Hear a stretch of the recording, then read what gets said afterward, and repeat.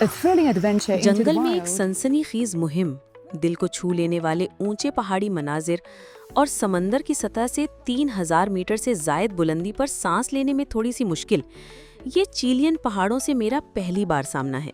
لیکن جو لوگ اس علاقے میں روزانہ گشت کرتے ہیں ان کا یہاں سے تعلق زیادہ گہرا اور پیچیدہ ہوتا ہے۔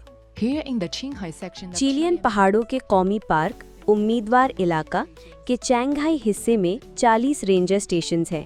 آج میں ان میں سے ایک اسٹیشن چانگیانگ وادی کا دورہ کر رہی ہوں۔ اس جگہ کی خاص بات یہ ہے کہ حالیہ برسوں میں زیادہ سے زیادہ خواتین یہاں تعینات ہوئی ہیں۔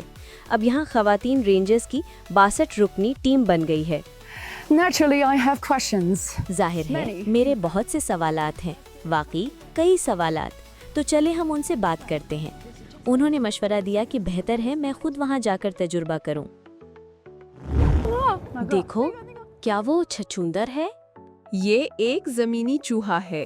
The motorcyclist یہ is موٹر سائیکل سوار تسیانگ ڈرولما ہیں۔ وہ 6 سال پہلے رینجر یونٹ میں شامل ہوئی تھیں۔ پہاڑوں کی نگرانی کرنے والے رینجرز کے لیے اب موٹر سائیکل سب سے اہم سفری ذریعہ ہے۔ آپ اس کام کے بارے میں کیا سوچتی ہیں؟ کیا آپ اس سے مطمئن ہیں؟ میں اس کام سے کافی مطمئن ہوں۔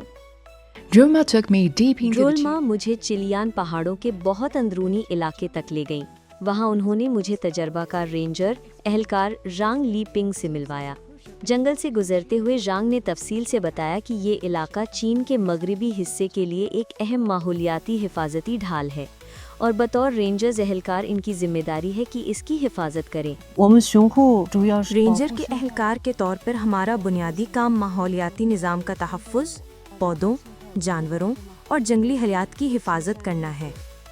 ماحول کو برقرار رکھنے کے لیے سب سخت محنت کرتے ہیں تاکہ سرسبز پہاڑ اور صاف پانی ہمیشہ رہیں۔ ماحولیاتی نظام بتدریج بہتر ہو رہا ہے۔ کبھی کبھی میں اپنے فون سے نیلی بھیڑ اور نیلے کان والے تیتر جیسے جانوروں کی تصویریں بھی لے لیتی ہوں۔ ہم انہیں اپنی آنکھوں سے بھی دیکھ سکتے ہیں۔ stationed year-round at چنگیانگ وادی اسٹیشن کی رینجرز ٹیم پورا سال 3100 میٹر کی بلندی پر موجود رہتی ہے۔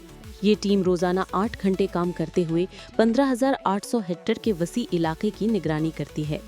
ان کے اہداف میں جنگلات کی دیکھ بھال، جنگلاتی آگ کی روک تھام اور جنگلی حیات کی حفاظت شامل ہے۔ یہ سب ہماری مشترکہ کوششوں ہی کا نتیجہ ہے کہ ماحولیاتی نظام بہت بہتر ہو چکا ہے اور ماحول کی خوبصورتی کو اچھے طریقے سے محفوظ بنایا گیا ہے۔